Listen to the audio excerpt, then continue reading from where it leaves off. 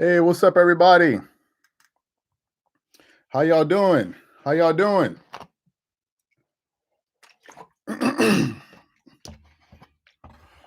How you guys doing?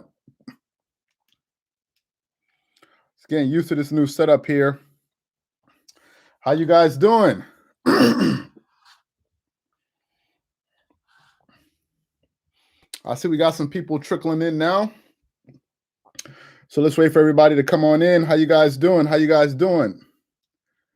So if you guys are wondering how we're able to kind of change up the setup here, this all goes again to Marco. Marco is the mastermind behind all of this. So we're making out to be a hell of a team. How you guys doing? How you guys doing? Welcome on in. Welcome on in. We got a good show for you today. Welcome on in. Come on in. Come on in. How you doing? How you doing? Yeah, he the GOAT, man. He the GOAT. He the GOAT. How y'all doing, Jamie? Welcome in. Welcome in. How you guys doing? Yeah, okay, Candace, you made it. You caught us. You caught us. You caught us. We're going to have a fun show today. Let's try to get as many people in here. Let's try to get as many people in here again as we normally do. Make sure y'all go ahead and hit the like so we get the notification, unless you just want it to be us 50. And if you want to get a few hundred people in here, do the right thing. You like Mayweather against Paul tomorrow. Yeah. Oh, I thought you meant, am I like Mayweather against Paul? Oh, man, I wasn't even. Marco's actually the one that's into boxing and MMA and all of that. I don't know, man. All I know is that those guys are going to go into that fight and come out a lot richer. So kudos to them. They're going to be making some more money tomorrow. So good luck to those guys. Good luck to those guys. Hey, how you doing? How you doing? Welcome in. Welcome in. Welcome in. Let's give it a few minutes. Let's try to get as many people in here.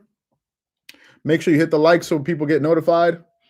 You know how YouTube acts sometimes, so let's just make sure we wait a little bit. And also say what's good to Marco. Say what's good to him. He's also in here too. I got a lot of stuff I want to cover today. Although we're not going to take too long. We're not going to take too long. We're going to cover some things. We're going to start off talking about the Lakers and the Suns, what happened there. And then we're going to talk about this game tonight. So make sure you guys just go ahead and hit the likes, and let's wait for everybody to come on in. Let's just wait for everybody to come on, and let's give it a few minutes. You know, it takes some time for people to come in. So let me see how you guys are doing while we wait. Give it about 2 minutes. Let's give it another 2 minutes or so. Just make sure you hit the like so we get notifications out, guys. Let me see. Hey, appreciate that. Appreciate that. Yeah, Marco getting a lot of love. That's good. That's good. How y'all doing? Okay, let's just wait a little bit longer. Get a few more people in here, and then we'll get started.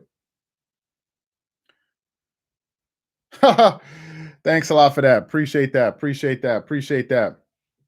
Laker fans punching the air right now. Yeah, it's been a crazy playoffs, man. It's been a crazy playoffs. Who would have thought? Who would have thought that the Lakers would have gone out in round one? But I'm definitely going to get to that to start off this thing. So let's just wait a little bit longer. Let's give it about another minute or so.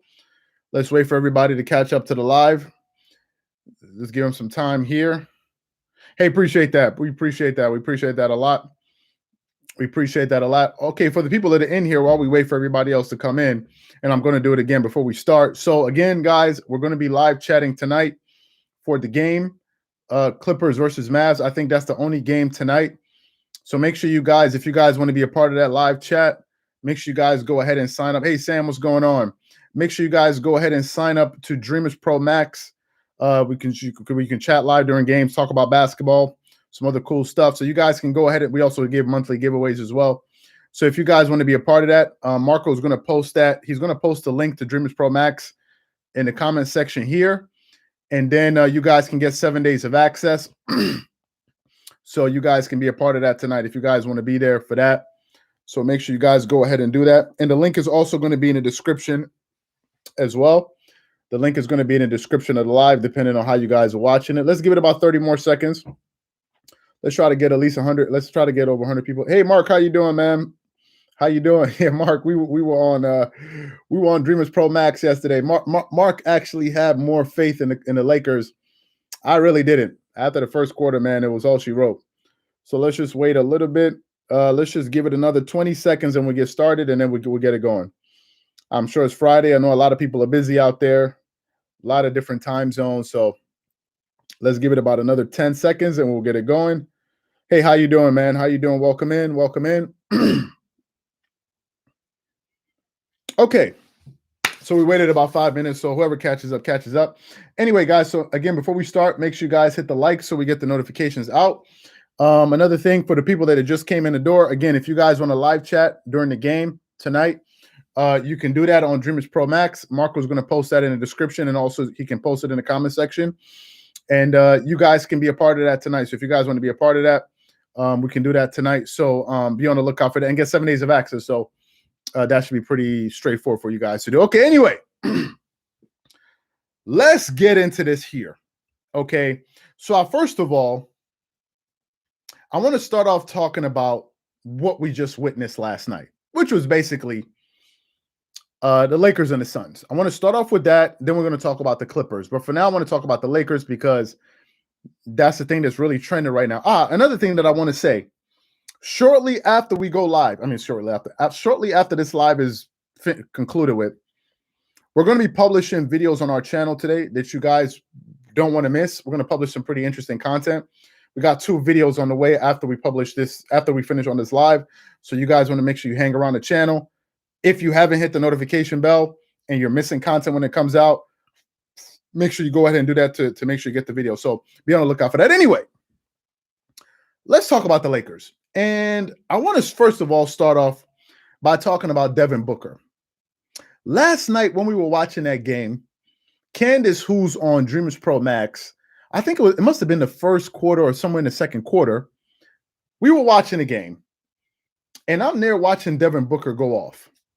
And I'm saying to myself, I was just so impressed by his approach to the game, where he came out and he was looking for blood. He was out there and he wanted to deliver the knockout punch in round 1. He wasn't playing no games at all.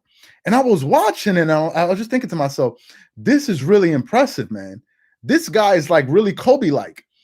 And then before you knew it, Candace posts in the comment section, she goes, Devin Booker is like showing that Mamba mentality. And I was just like, wow. Then later on today, when I woke up and I saw, because I didn't finish the game because I already knew what was going to happen. When I woke up today and I looked at the box score, not the box score, I opened up my Instagram. And you know how Instagram posts these stories and pictures and all of this stuff from the game from ESPN. And Devin Booker said, I didn't know this, but he writes on his sneakers, I think, be legendary. I don't know if he writes it for every game or whatever it is. And I think he even tattooed it on him. And I think that's what Kobe signed on his sneakers when he asked Kobe Bryant to sign his sneakers. I think Kobe wrote, be legendary. And I think Devin Booker kind of took that thing with him and just made it a part of his mentality. Now, I'll also say this about Kawhi. Kawhi Leonard seems to have that kind of attack kind of, thing in him. But Devin Booker showed me something yesterday, which was they had the champs on the rope. It was an elimination game. AD was coming out there wobbling. He sensed the moment and he seized it.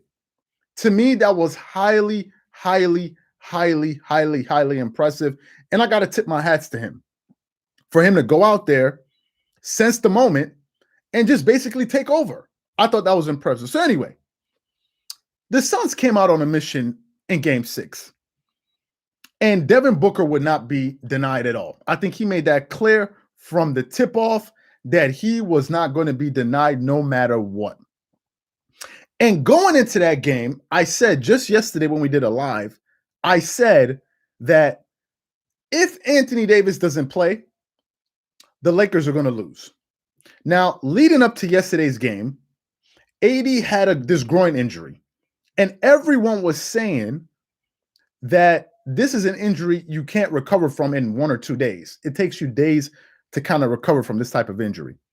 So when I saw him start the game, from the first probably 30 seconds to 1 minute, AD looked uncomfortable. He didn't look like he was moving properly. And I immediately said to myself, I said, this guy has no business playing right now.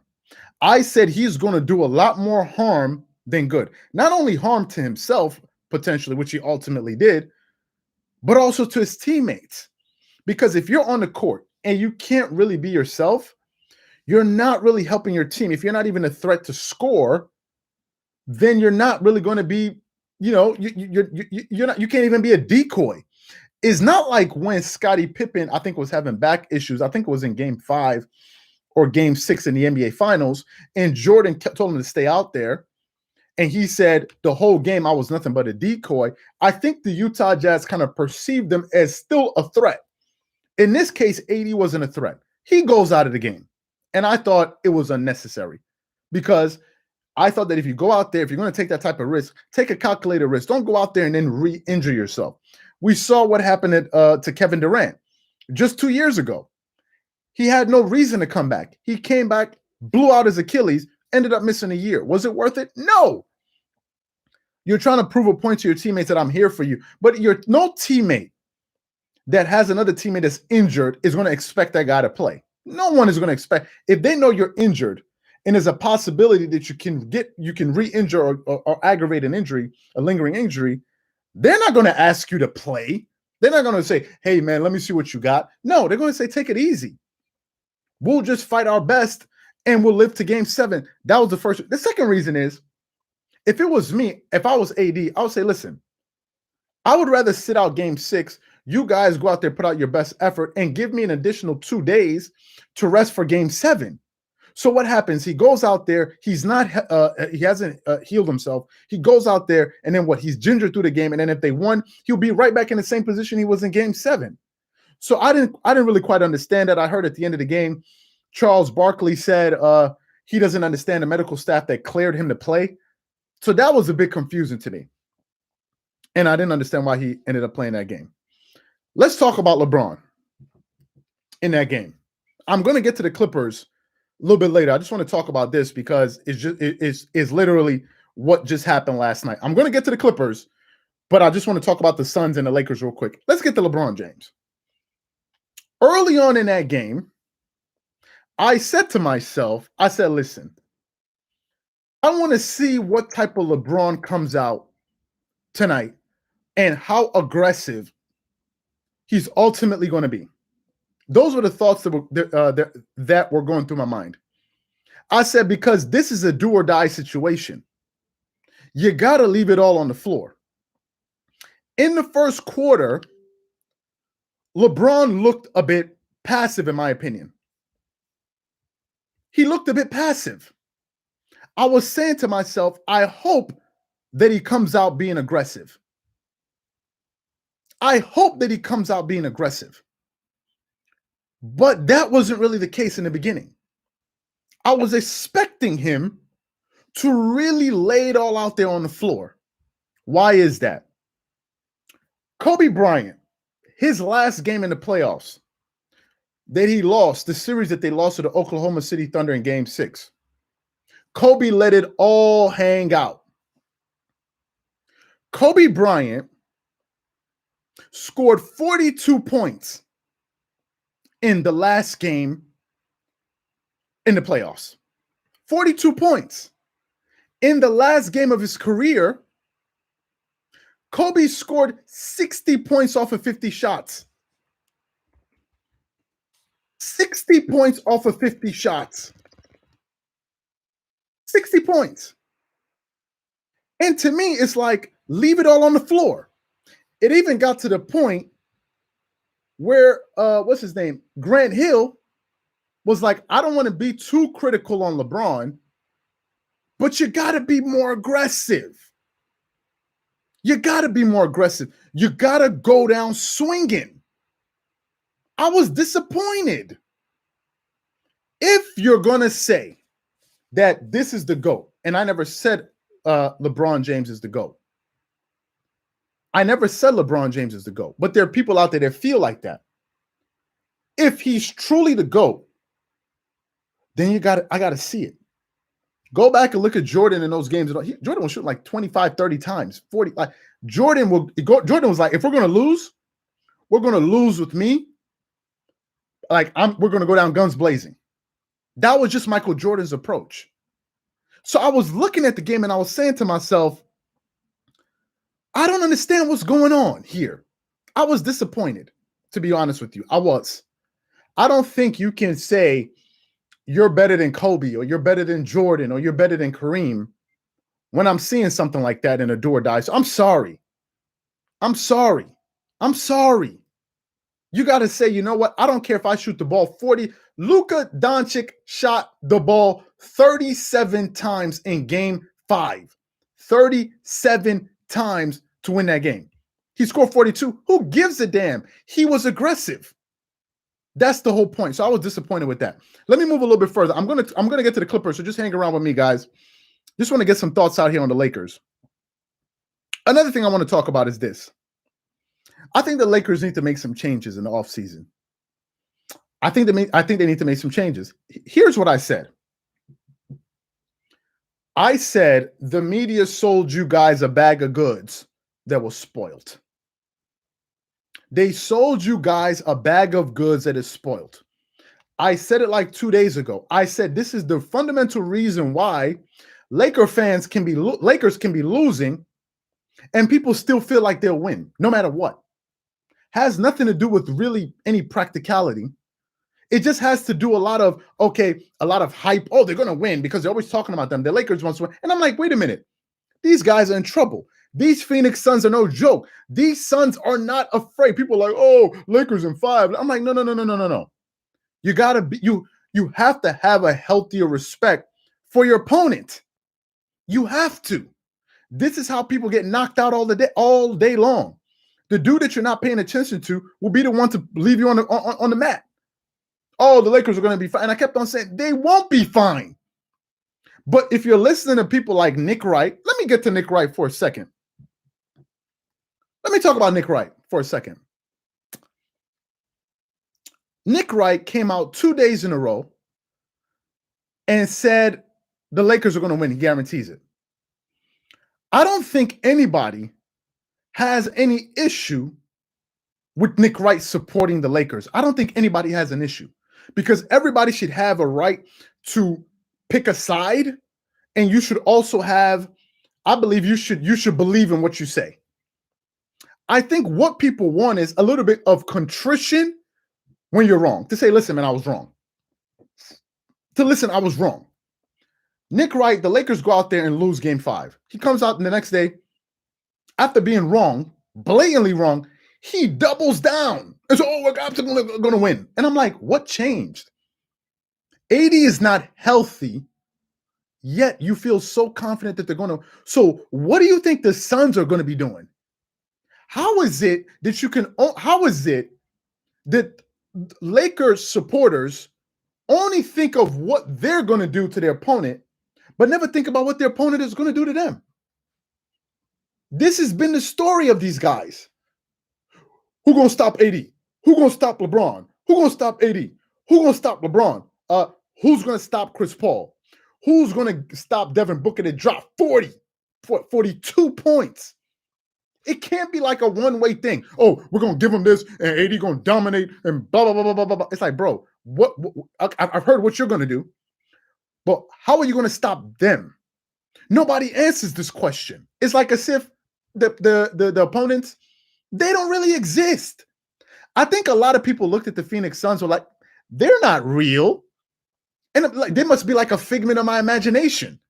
It's like, no, these dudes are for real. Devin Booker was really doing that. He scored 30 points in the first half. He's for real. So I think a lot of people had this false sense of security. Oh, the Lakers are going to win. When in reality, they weren't. I picked them going into the season, into the series, that they were going to win the series. I said I thought they were going to win the series in 6. But if AD gets injured, your thought process has to change. Your second best player can't get injured, and then all of a sudden you say, oh, but we're still going to win. That doesn't make any sense. So I think a lot of people kind of just bought into something that was unrealistic. So I think the Lakers need to make some changes. Second thing, real quick, I'm going to get to the Clippers shortly, guys. I think the Lakers need to get more shooting. This is one of the reasons I said that I don't believe the Lakers would have been any match for the Brooklyn Nets. I think the Brooklyn Nets would have embarrassed the Lakers. I'm telling you. For this reason and this reason alone. The Lakers are a good defensive team. But the problem is they cannot generate enough offense. They shot 34% from the three as a team in the regular season. I said I didn't understand how adding Andre Drummond is going to help you beat a team like that. You needed a stretch 4, stretch 5, not a guy that's going to sit up there and pack the paint. LeBron is already an okay three-point shooter, average three-point shooter. Dennis Schroeder, I think, shoots pretty well. Then who else do you have on the floor? AD and KCP is really their only three-point shooter. And then you have Andre Drummond. You don't have enough shooting on the floor. Nobody paid attention to this. Oh, the Lakers and their defense. And Nick Wright is there. Oh, the defense. Last time I checked, yeah, defense wins championships. But you also got to be able to score. The New York Knicks, I think, were the number 1 and number 2 rated defense. I think they were averaging 97 points a game in the playoffs. You can't beat anyone like that. That's why I said I thought the Clippers would be a better team because they had I think they were in the top 6 in offense, but also top 10 in defense. So I think they had a right balance. Nobody, blah, blah, blah, you're hating, blah, blah, blah, blah, blah. I said, okay, they lost that game. No problem. We move on to the next one. So I think the Lakers need to get some shooting. I think they need to get some shooting because, they need to get some shooting. They need to also figure out what are they going to do with Kyle Kuzma? What are they going to do with Kyle Kuzma? Are they going to keep this guy? Are they going to? I don't know what they're going to do with Kyle Kuzma. What are they going to do with Andre Drummond? Is he going to come back? Are they going to give him a contract extension? Because Andre Drummond didn't contribute anything, which is pretty much what I told you guys was going to happen. Stop listening to Shannon Sharp, and these guys are talking about hype. Wait. Somebody said Damian Lillard. Come on. You see, listen.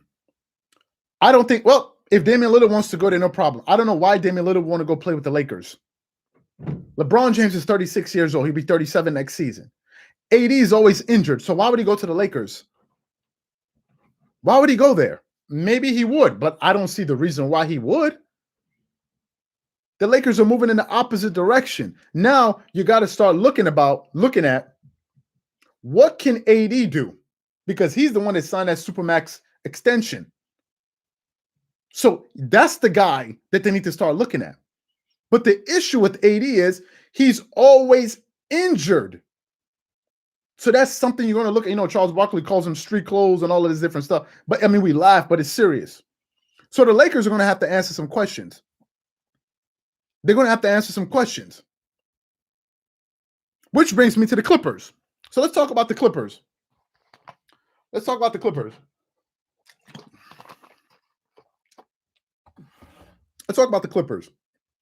want to get to the Clippers now.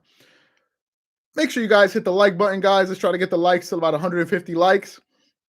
So more people join this live. Make sure you guys hit the likes. Let's talk about the Clippers now.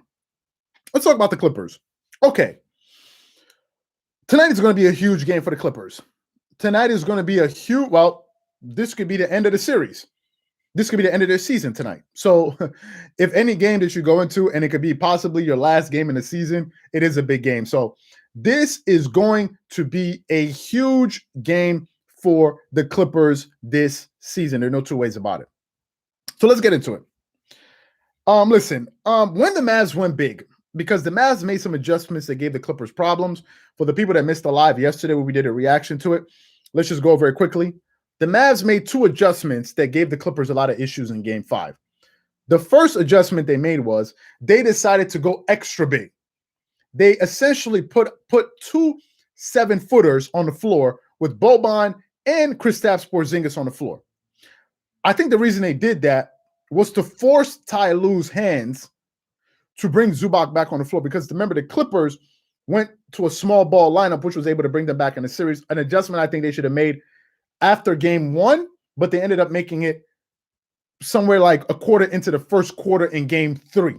I think if they had made that adjustment a little bit sooner, they would have probably been up 3-1, but there's nothing much you can say about that. So they went big.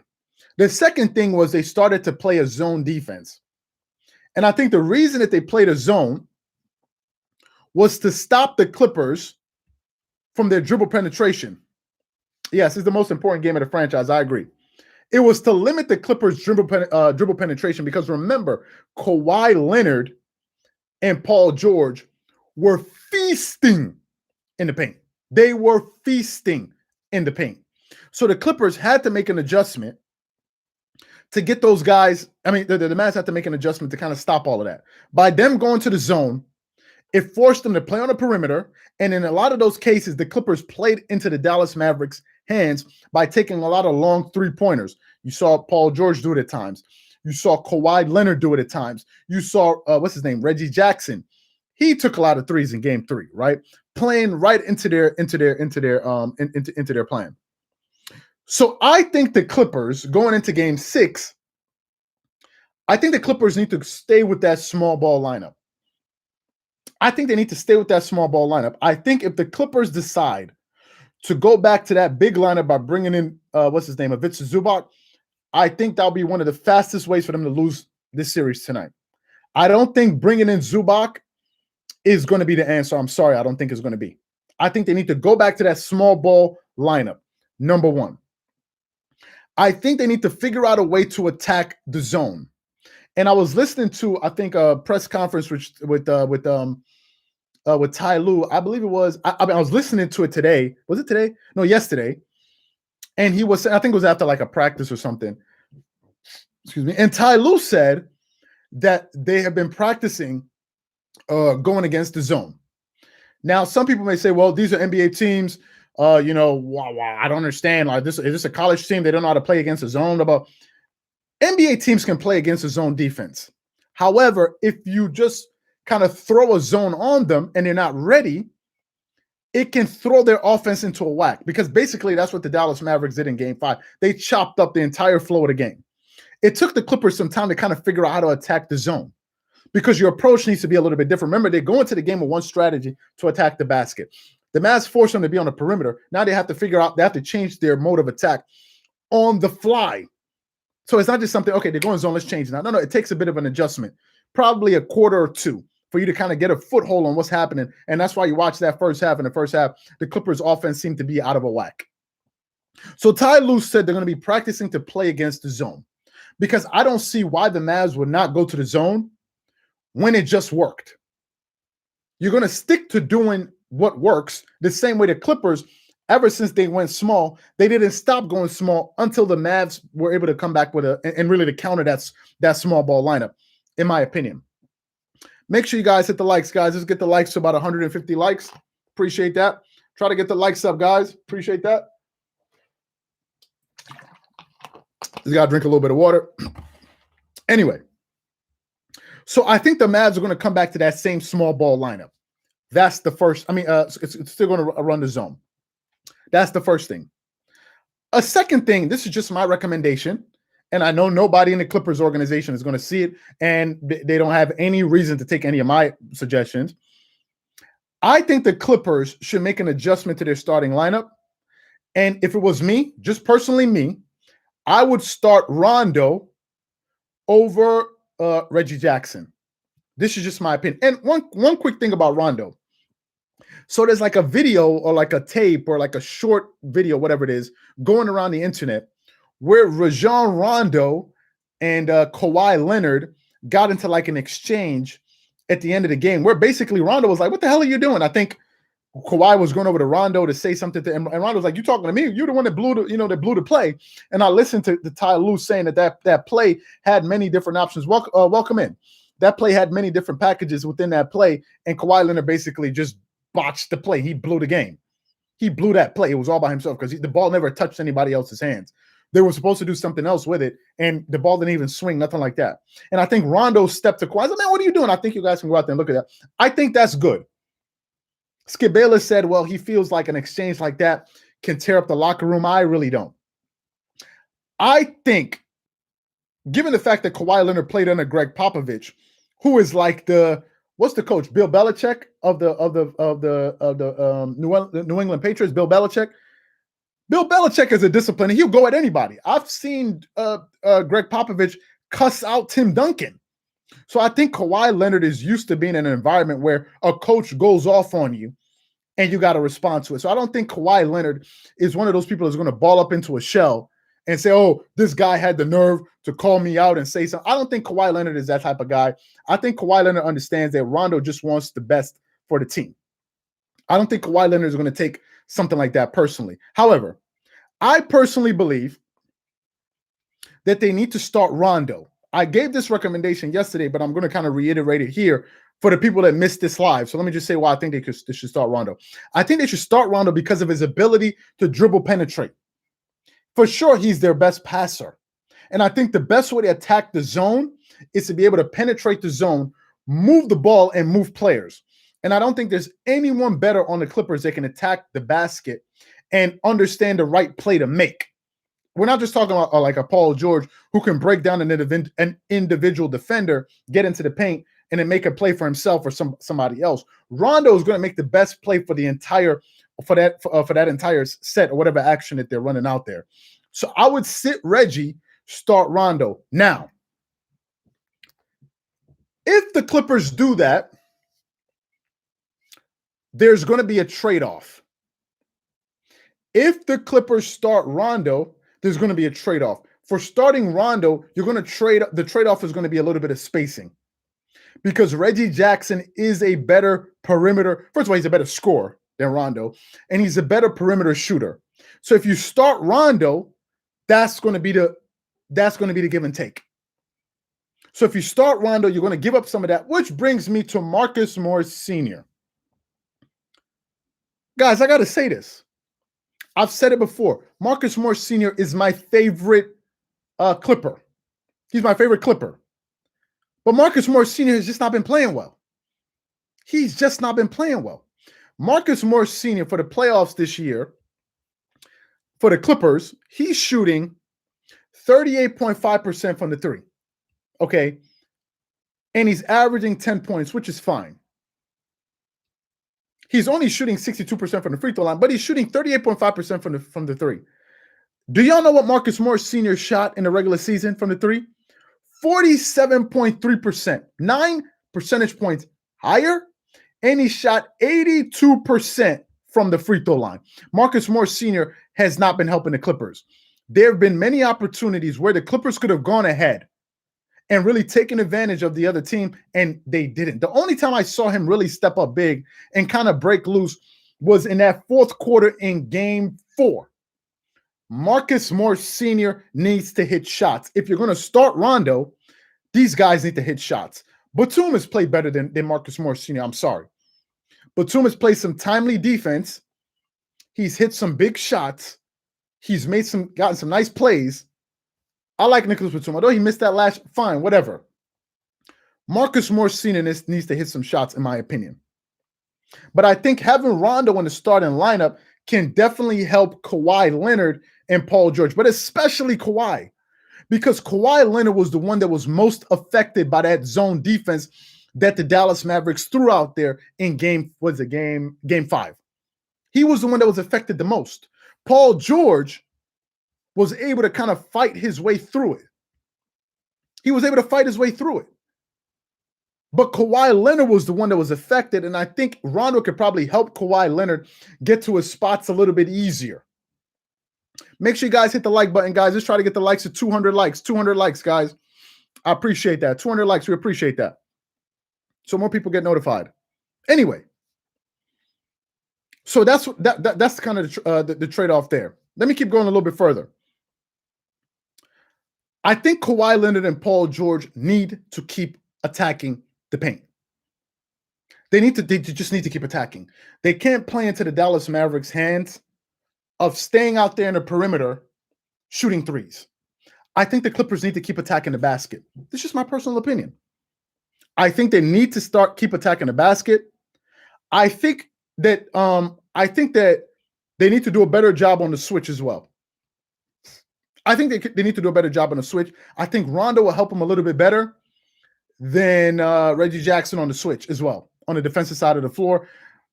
Reggie kind of gets lost on defense. There are times where in one play, he was just like, his head was in a swivel. He was lost defensively. So I think Kawhi Leonard and Paul George need to keep attacking the basket. I think that the Clippers going into this game, I think the Clippers need to be ready to make in-game adjustments from play to play. I think Ty Lue is going to have a tall order on his hands here because Rick Carlisle so far has outcoached Tyronn Lue. Let's just be honest about it. He's outcoached him. So I think the Clippers coaching staff needs to be ready to constantly make adjustments in game, preferably every single quarter. If you look at that game on Wednesday, go out there and look at the different lineups that the Clippers ran. They were constantly trying to counter what the Mavs were doing. I think they need to be on their toes tonight. Rick Carlisle is a very good coach. He's been with that organization for 13 years. He knows what the heck he's doing. So I think they need to just pay attention to that. Seriously, I think they need to pay attention to that. Let's talk about Luka Doncic. We still got a lot of good time. Thank you guys for being a part of this live, by the way. Appreciate all you people for being in here. We really appreciate that. Thank you guys a lot. Just keep hitting the likes. Let's try to get the likes to 200, and I appreciate that. Okay, let's get to Luka Doncic. What decision are the Clippers going to make with Luka Doncic? I was talking about this just before we went live. I was talking about it with Marco. And Marco was like, man, I hope they win. And I said to Marco, listen, I hope they win too. But Luka Doncic is a bad boy. He's a bad boy. Like, Luka Doncic is getting buckets out here. And the Clippers need to make a decision on what they're going to do with Luka Doncic. What's going to be the game plan? He's been the one that has hurt them.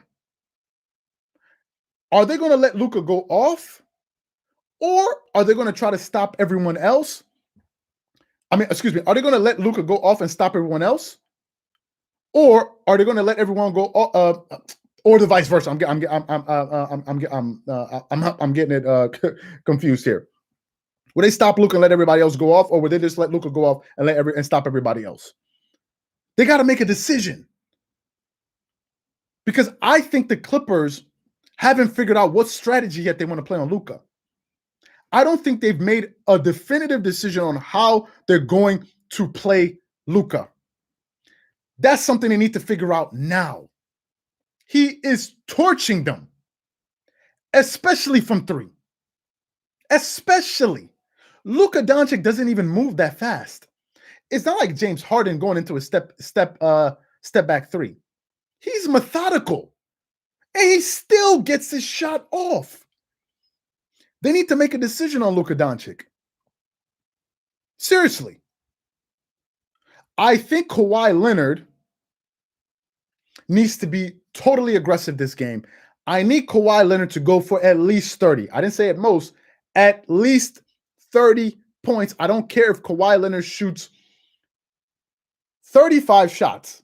If he shoots 35, I want at least 20 of those shots to come going at the basket. Because number one, you put their bigs in foul trouble. Number two, because they're playing small, you're going to probably put Luka or Kristaps Porzingis in foul trouble. And you're going to keep attacking them in the paint, which is going to free up open shots for you in the perimeter. I think Kawhi Leonard needs at least 30 plus. I think Kawhi Leonard needs to play 40 minutes tonight, not 38, not his normal rest period. He needs to play 40 minutes. Look at Devin Booker. Devin Booker came out and he's like, I'm leaving it all on the line tonight. There's no reason to save him. If you lose, you're going home. So you're going to be, as they say, in Cancun. So you're going to have enough rest Kawhi needs to play at least 40 minutes tonight. Marcus Morse Sr.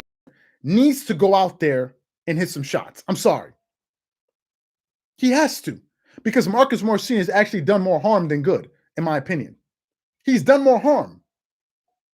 It's one of the reasons why I said that a 5-point lead, we were talking about this on Dreamerspro Max. Again, for those of you guys who are not on Dreamerspro Max, who want a live chat tonight during the game, if you guys want a live chat tonight during the game, check out Dreamerspro Max. Marco's going to post it in the comment section there and get 7 days of access. We're also going to have it linked at the end of this live, so you guys can get 7 days of access, so you guys can live chat during the game tonight. I was saying it on Dreamerspro Max. I was saying this. I said no lead is safe with these Mavs. You're up 5 points. You're not safe, especially when you're up 5 points. The Clippers come up, they generate an open shot for a three, and you miss it. The Mavs come back down, make another three. That's a 6-point swing. So Marcus Morse needs to hit some threes. Let's talk about Paul George.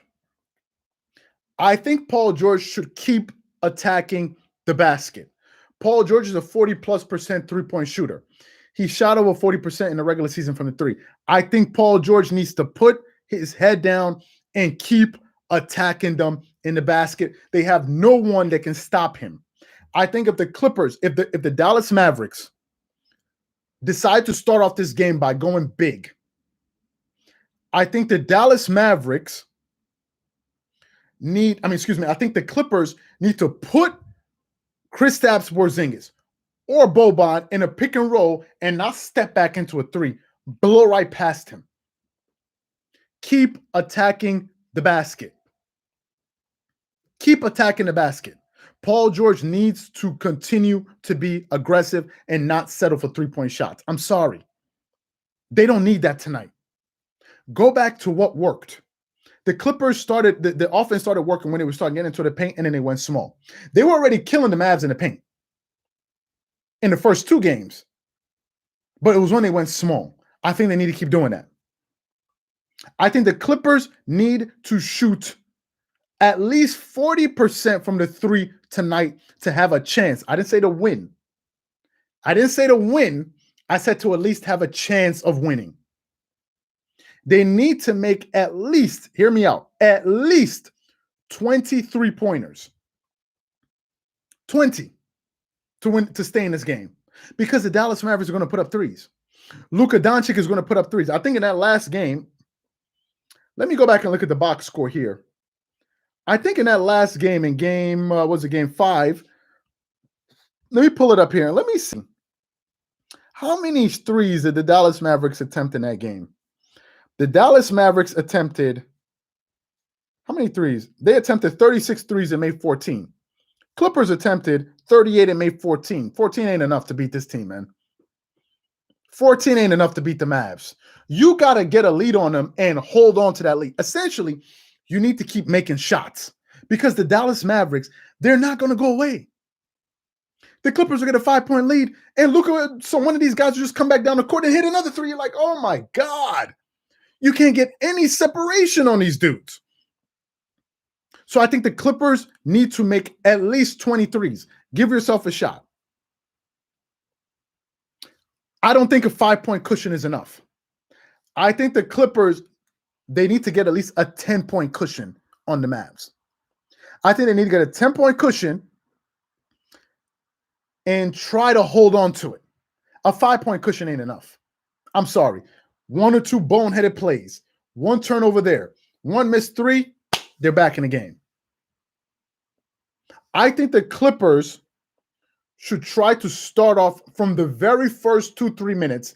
They need to be aggressive, and they need to try to take a lead early in the game, not get down 5-10 points and then try to come back. That's not going to work, because if the Mavs end up getting up 4, 5, whatever, that whole building is going to come down on them like an avalanche, and they're going to be overwhelmed. It's not like the same thing that happened in game 3. Was it game 3? They won game 3. Yeah, it's not like the same thing in game 3. You lose, you still got another game. You can say, okay, we were down 0-3, but we can fight. But in this case, there is no other scenario. You lose, you're done. You're done. The Clippers need to come out aggressive early rather than later. They should try to get a lead early. If you see the Mavs get up 3, 5 points, call a timeout. Call a timeout. Don't wait. Oh, okay, we're going to go through the motions. We're going to keep. No. Break the momentum before it even gets started.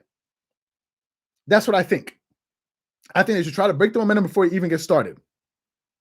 I think the Clippers need to decide, are they going to play Luka straight up on those switches, or are they going to double team him? They need to make a decision. They have not yet committed to what decision they're going to make.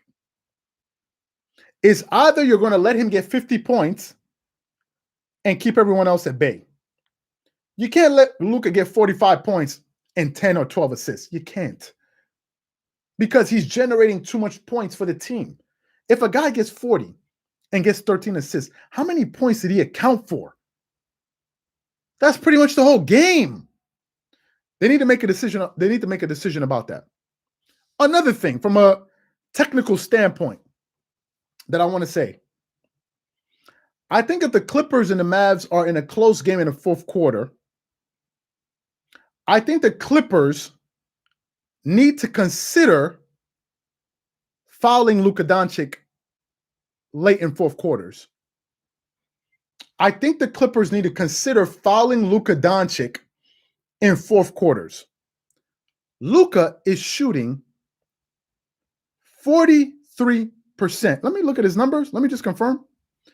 Luka Doncic in this series is shooting 43% from the free throw line. That's his Achilles heel. He's shooting 43% from the free. I've never seen anything like it. Somebody that's shooting 43% from three is the same person shooting 43% from the free throw. I've never seen anything like that. While averaging 35. It's unheard of. If it's a close game, put him on the free throw line. Put him on the free throw line. Let him go to the free throw line and start making shots from the free throw line. Foul him. Play the percentages. Look at what Ben Simmons did. Now, they were able to get past that team because the Washington Wizards are just not a very good team. But they need to put him on the free throw line and let him make his foul shots. Foul him. That could be a strategy. I don't know if they're going to go to it, but that can be a strategy. So let's close with this. Time for me to be honest and to be real with you guys. I think, this is just my thoughts. I think that if the Clippers, if they let this game get away early, like in the first quarter, and they start this thing of trying to play from behind, I think it may get ugly. This is what I think. I think if the Clippers allow themselves to be down 10, 15 points in the first quarter or early in the game, I think it's going to be ugly. I think it's going to be ugly. I think it's going to get very ugly because I think it's going to just turn into like an avalanche. I don't know if the Clippers can come back and have another game 3 performance again, being down 19 points in the first. I don't know. They probably could. I wouldn't bet on it. You don't want to go down to the Dallas Mavericks with a lot of points early because they have shown the ability to make shots and continue making shots with the exception of game 4. Although the Clippers did play good defense on them in the fourth quarter, I think the fourth quarter they held them to what? 14 points. In the fourth, they kind of cool off. Luka usually cools off in the third and fourth quarters. But you can't afford to go down early. I think if they do, it's going to be good night. Night. I'm going to say that the Clippers win this game. I'm going to say that they win this game. But I think that's all based on faith. Nothing else is based on faith. I have the faith that these guys will show up. I have the faith that they'll be able to play against the zone. I have the faith that they're going to be able to make some shots. But I think it's going to be a tough one. Some people out there believe they're going to win, not only win this game, come back and win the series. I think Shannon Sharp believes that. If they do that, you got to stand up and clap for them. But as far as that happening, it's going to be tough. I think it's going to be a tough one. Because if they do win game 6, I think game 7 is going to be a toss-up. I think it's going to be a toss-up. I think game 7 will be full of drama and it's going to be a toss-up. But for me, I think now that the Lakers are out of the playoffs, the Lakers, imagine, if the Clippers and the Lakers go out in round 1, what's the Western Conference going to look like? Who are we going to start rooting for? Who are you going to root for? I'm going to be rooting for Brooklyn in the East Coast. I got to figure out do I even care? I got to figure out who am I going to root for? Utah? Probably not. Denver? Probably not. So listen, I think that I hope they win, but it's not going to be easy. Dallas is going to be out there licking their chops. And if the Clippers go down early, it is night-night. They have a higher chance of losing that game than winning. They don't want to go down early to this team. They don't want to go down early.